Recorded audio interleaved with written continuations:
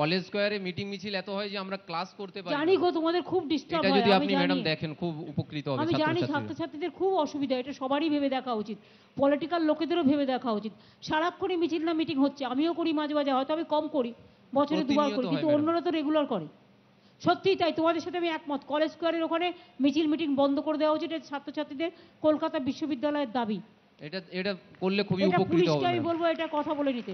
তোমরা একটা অফিসিয়াল চিঠি দেবে তো পুলিশকে, ওকে ম্যাডাম। কলকাতার সিপিকে একটা, ওই ওকে ম্যাডাম। রিসার্চ স্কলার যারা এসছো দল বেঁধে ওকে একটা ম্যাডাম। চিঠি দিয়ে আসবে।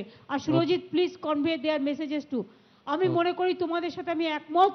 আমি আমার তৃণমূল কংগ্রেসের পক্ষ থেকে প্রথম বললাম, ববি পার্টিকে ইনস্ট্রাকশন দিয়ে দেবে, আমরা কোনো মিছিল মিটিং ওখান থেকে আর করবো না। সুতরাং everybody okay ma'am, must thank follow you ma'am, that, thank you. Everybody must follow it up.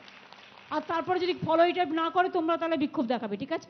Okay madam, thank you. আইন করে দাও, আইন করে দাও, আইন করে দাও। ছাত্রছাত্রীরা যখন এই দাবি করছে এটা জেনুইন, এবং কলকাতা বিশ্ববিদ্যালয়ের ছেলেমেয়েরা পড়তে পারে না, প্রেসিডেন্সি ইউনিভার্সিটি ছেলেমেয়েরা পড়তে পারে না, সারাক্ষণ ওখানে স্লোগান দিচ্ছে, মাইক লাগাচ্ছে, what is this? Medical college আছে। ম্যাম নমস্কার, আমি এটা একটা দারুণ প্রপোজাল, এটা তোমাদের সাথে আমার একদম এটা ফাটাফাটি প্রপোজাল।